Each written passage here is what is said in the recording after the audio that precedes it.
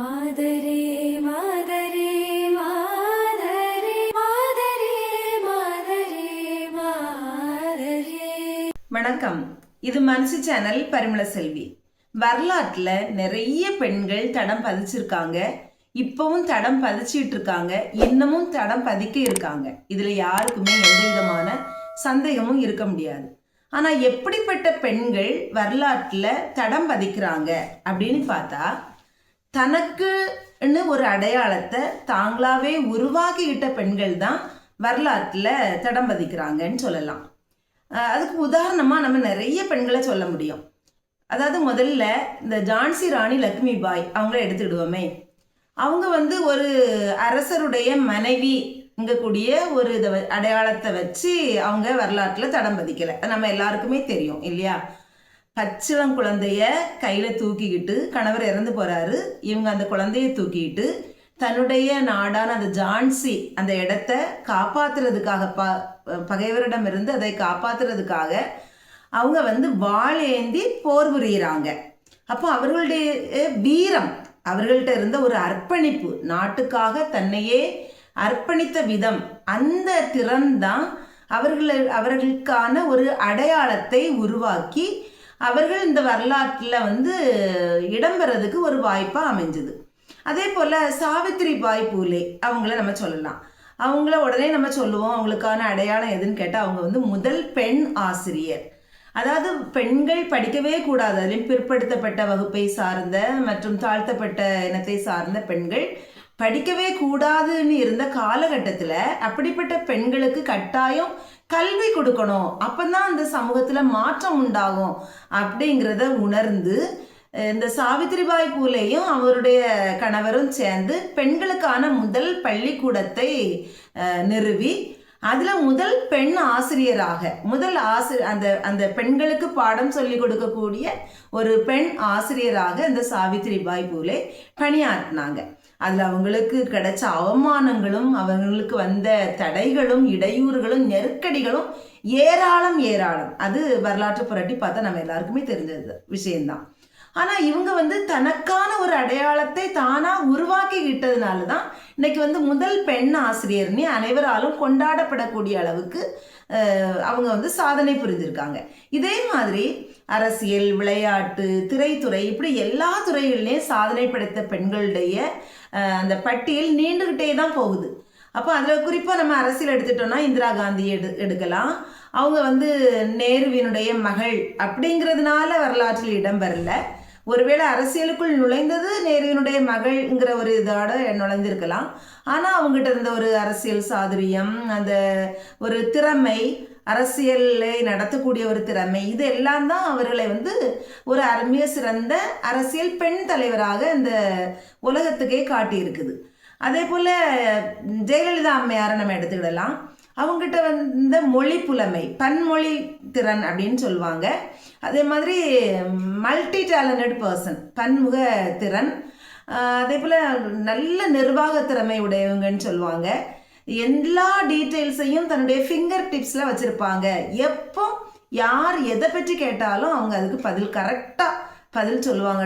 Danny பதில் வரும் அவங்ககிட்ட இருந்து. அவ்வளோ ப்ரெசன்ஸ் ஆஃப் மைண்டு அப்படிலாம் சொல்லி அதனால தான் அவர்களை மிக சிறந்த ஆளுமையாக எல்லாம் கொண்டாடினாங்க. அப்போது யாருமே ஒரு இன்னாருடைய மனைவி, இன்னாருடைய மகள் அப்படிங்கிற ஒரு அடையாளத்தை வைத்து கொண்டு அவர்கள் யாரும் வரலாற்றில் இடம் பெறவில்லை. இது நம்ம எல்லாருக்குமே தெரிந்த ஒரு விஷயம்தான். அதே போல் இன்னைக்குள்ள தலைவர்களையும் நம்ம எடுத்துக்கலாம். அது ஒரு கனிமொழி எம்பியாக இருக்கலாம், ஜோதிமணி எம்பியாக இருக்கலாம். இவங்க எல்லாம் இன்னைக்கு அரசியலில் மிக சிறந்த பெண் தலைவர்களாக மிளிர்ந்து கொண்டிருக்கிறார்கள் அப்படின்னு சொன்னால் அவங்க அரசியலில் அந்த அளவுக்கு அர்ப்பணிப்போடு ஈடுபடுறாங்க. யாருக்காவது ஒரு பிரச்சனைனா உடனே அங்கே போயின்னு குரல் கொடுக்குறாங்க. ஏதாவது ஒரு அநீதி நடக்குன்னா உடனே தங்களுடைய குரலை அங்கே பதிவு செய்கிறாங்க. இப்படி சொல்லலாம். இப்போ வளர்ந்து வரக்கூடிய இளம் தலைமுறை அப்படின்னு சொல்லும்போது மதிவதனி வழக்கறிஞர், அந்த இளம்பெண் அந்த நம்ம விவாத மேடைகளில் அவங்க பங்கெடுக்கிறத பார்க்க முடியுது.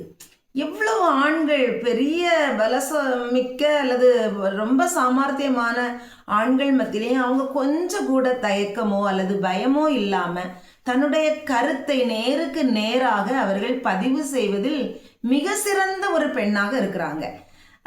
எல்லாவற்றையும் பகுத்தறிவோடு சீர்தூக்கி பார்க்கிறது, எல்லாவற்றையும் ஒரு விமர்சன பார்வையோடு பார்த்து ஒரு தெளிந்த அறிவோடு பதிலளிப்பது, இதெல்லாம் நம்மளால் பார்க்க முடியுது. அப்போ அவங்கள்ட்ட இருந்த அறிவு கூர்மை, அந்த புத்திசாலித்தனம், இதெல்லாம் தான் அவர்களுக்கான அடையாளத்தை இந்த சமூகத்தில் வெளிக்காட்டிக்கிட்டே இருக்குது. அதே போல் நம்ம தமிழ்நாட்டினுடைய முன்னாள் சட்டமன்ற உறுப்பினராக இருக்கக்கூடிய கே பாலபாரதி, அவங்க ஒரு இடதுசாரி சிந்தனையாளர். அவர்கள் கொடுக்கக்கூடிய அந்த பேட்டிகள்லாம் நம்ம பார்த்தா தெரியும், அவ்வளவு தெளிவு இருக்கும். நாட்டு நடப்பு, உலக நடப்பு எல்லாத்துபடி அவ்வளவு விஷயங்களை தெரிஞ்சு வச்சிருப்பாங்க.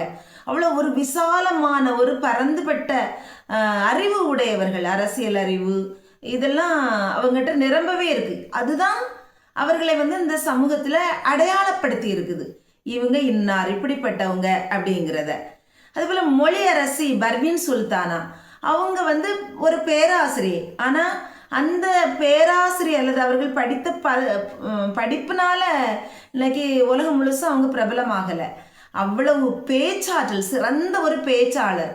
அவங்ககிட்ட இருந்த அந்த பேச்சு திறமை மூலம் அவங்க இன்னைக்கு உலகம் முழுவதும் பிரபலமாயிருக்காங்க. அப்படி தனக்கான ஒரு அடையாளத்தை தானே உருவாக்கி வச்சிருக்காங்க. அதனால தான் இவங்க எல்லாம் வரலாற்றில் இடம் பிடிக்க முடியுது. அதே போல் நம்ம திரைத்துறையை எடுத்துக்கிட்டோம்னா நடிகை சாய் பல்லவி இப்போ ரொம்ப ஃபேமஸான ஒரு பெண்மணியாக இருக்காங்க.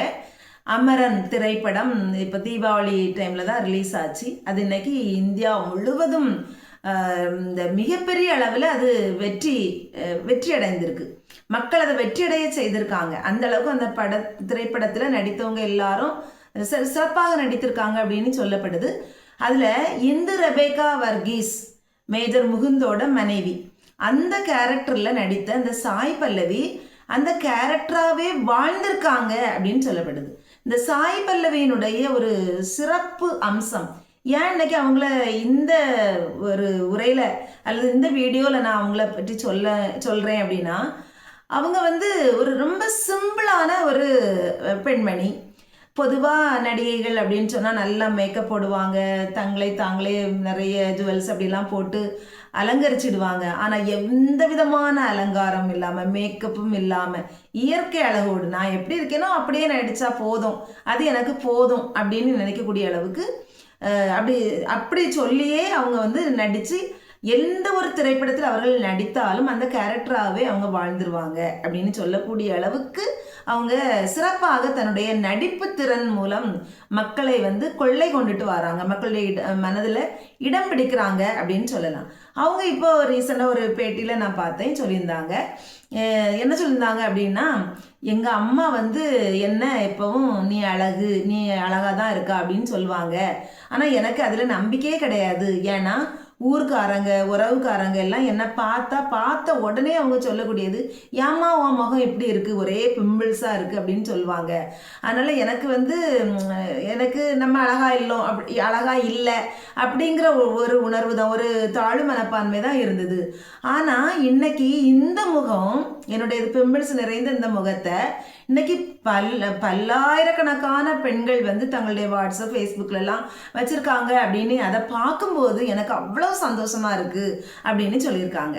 அதுக்கு காரணம் என்ன அப்படின்னு பார்த்தா, அவர்களுடைய அந்த நடிப்பு திறனால் மக்களை எல்லாம் அவங்க தன்வசமாக ஈர்த்து வைத்திருக்காங்க. அப்போ தனக்கான ஒரு அடையாளத்தை தானே உருவாக்கியிருக்காங்க அந்த நடிப்பு தொழிலே. அப்போ இப்படி நம்ம என்ன அடுக்கிக்கிட்டே போகலாம், நிறைய எக்ஸாம்பிள்ஸ் நம்மளால் சொல்ல முடியும்.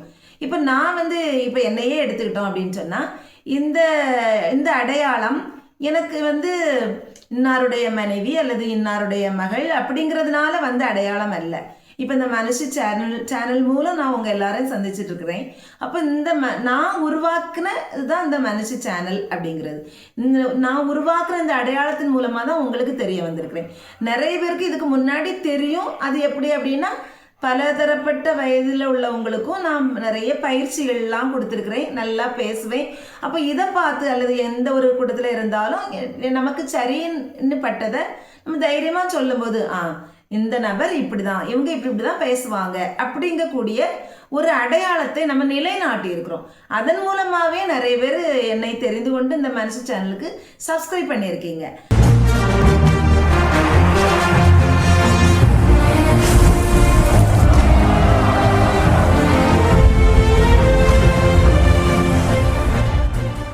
ஸோ அங்கே நம்ம பார்த்த எந்த ஒரு பெண்ணை எடுத்துக்கிட்டாலும் எல்லாருமே அவங்ககிட்ட இருந்த நகையினாலேயோ அல்லது சொத்துனாலேயோ அல்லது பணத்தினாலேயோ அல்லது படிப்பினாலேயோ அல்லது அந்த தோலின் நிறத்தை வச்சோ அவங்க இந்த சமூகத்தில் அல்லது வரலாற்றில் இடம் பிடிக்கவே இல்லை.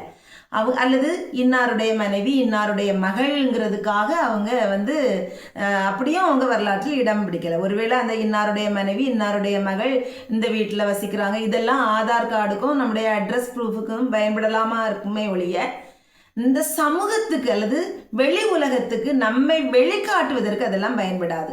நம்மை வெளிக்காட்டணும், இந்த சமூகத்தில் நம்ம வாழ்ந்ததற்கான ஒரு தடத்தை பதித்து விட்டு செல்லணும் அப்படின்னு சொன்னால் நமக்கான அடையாளத்தை நாம தான் உருவாக்கிடணும்.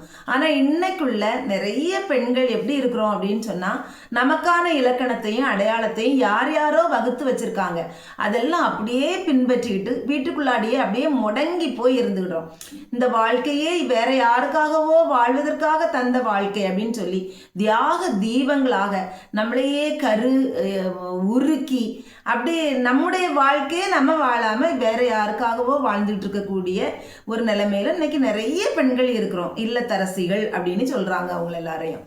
கொஞ்ச நாள் கழிச்சு திரும்பி பார்க்கும்போது அவங்களுடைய அடையாளத்தை அவங்களே தொலைச்சிட்டது மாதிரியான ஒரு உணர்வு தான் அவங்களுக்கு வரும். வாழ்க்கையில எதையுமே அவங்க தனக்காக சம்பாதிச்சு வச்சது மாதிரிப்பட்ட ஒரு உணர்வு, ஒரு நிறைவான அனுபவம் அவங்களுக்கு கிடைக்கிறதுக்கு வாய்ப்பு இல்லை. ஆனா நம்ம தலையில ஐஸ் வைக்கிறது மாதிரி சொல்லுவாங்க, பெண்கள் மிக சிறப்பானவர்கள், ஒரு இடத்துல இருந்து அப்படியே அவர்களை வேரோடு பிடுங்கி இன்னொரு இடத்துல கொண்டு நட்டு வைத்தாலும் அவர்கள் மிகப்பெரிய விருட்சமாக அப்படியே வளர்ந்து துளிர் விட்டு வளர்வார்கள் அப்படின்லாம் சொல்லுவாங்க. அது எதுக்காக சொல்லியிருந்தாலும் சரி, நம்ம இந்த சமூகத்துல நம்முடைய பெண்களுடைய வாழ்க்கை அப்படிதான் இருக்குது. இந்த சமூகத்தின் ஏற்பாடு அப்படிதான் இருக்கு. திருமணம், குடும்பம் அப்படிங்கிற பேர்ல நிச்சயமா நம்ம பிறந்த வீட்டுல ஒரு அடையாளத்தை உருவாக்கி வச்சிருப்போம். அது எல்லாத்தையும் மறந்துக்கிட்டு அல்லது தொலைச்சிட்டு தான் இன்னொரு வீட்டுக்கு நம்ம போக வேண்டியது இருக்கு. அங்க இருக்கிறவங்களுக்கு அல்லது அந்த ஊர்ல உள்ளவங்களுக்கு அல்லது அங்க சுற்றி இருக்கிறவங்களுக்கு அந்த சமூகத்தினருக்கு நம்மை பற்றி நம்முடைய அடையாளத்தை பற்றி தெரிஞ்சிருக்கிறதுக்கு வாய்ப்பே கிடையாது. அப்ப இன்னாருடைய மனைவி இன்னாருடைய மருமகள் இப்படிதான் சொல்லுவாங்க. ஆனா நம்ம எல்லாருக்குமே ஒரே ஒரு தடவை தான் இந்த வாழ்க்கை தரப்படுது. அந்த வாழ்க்கையை வாழ்வாங்க வாழணும், நல்ல மகிழ்ச்சியோடு வாழணும், அந்த வாழ்க்கையை சிறப்பாக வாழ்ந்திருக்கிறேன் அப்படிங்கக்கூடிய ஒரு நிறைவான ஒரு அனுபவமும் ஒரு மகிழ்ச்சியும் இந்த எண்ட் ஆஃப் த லைஃப் அல்லது எண்ட் ஆஃப் த டே நமக்கு கட்டாயமாக கிடைக்கணும். அப்படி கிடைச்சாதான் நம்ம வாழ்ந்த வாழ்க்கைக்கு ஒரு அர்த்தம் இருக்கும். ஸோ மற்றவங்க எல்லாம் நம்ம பெண்ணா இப்படி தான் இருக்க வேண்டும், நீ வகுத்து வைத்திருக்கிற அடையாளங்கள் எல்லாம் ஒரு பக்கத்தில் வச்சுக்கிட்டு நமக்கான அடையாளத்தை நாமே உருவாக்கி கொள்வோம். நமக்கான ஒரு கனவை வகுத்துட்டு அந்த கனவை நோக்கி விடாமுயற்சியோடு தொடர்ந்து நம்ம ஓடிக்கொண்டே இருப்போம். அதில் நல்ல எஃபர்ட் போடுவோம், அதில் நிறைய சாதனைகளை புரிவோம். நம்முடைய தோழி நிறத்தை வைத்தோ அல்லது இந்த சமூகம் சொல்லுகின்ற அழகை வைத்தோ நிச்சயமாக நம்மை இந்த உலகத்தில் நிலைநிறுத்தவே முடியாது. நமக்கான அடையாளம் அது நாம் உருவாக்குன ஒரு அடையாளமாக இருக்கணும். அது நம்முடைய திறமையால் வந்த ஒரு அடையாளமாக இருக்கணும். அது ஒவ்வொரு பெண்ணுமே மனதில் வைத்து கொண்டு நம்முடைய ஒரு அடையாளத்தை நாமே உருவாக்குவதற்கு முயற்சி செய்வோம். தேடும் விடியல் தூரமாயில்லை. இந்த வீடியோ உங்களுக்கு பிடிச்சிருக்கோன்னு நம்புறேன். பிடிச்சிருந்தா லைக் பண்ணி ஷேர் பண்ணுங்க. இதுவரைக்கும் நம்முடைய மனசு சேனலுக்கு சப்ஸ்கிரைப் பண்ணாதவங்க சப்ஸ்கிரைப் பண்ணி சப்போர்ட் பண்ணுங்க. மீண்டும் சந்திப்போம் அடுத்த வீடியோவில். உங்களிடமிருந்து விடை பெறுவது பரிமள செல்வி. நன்றி.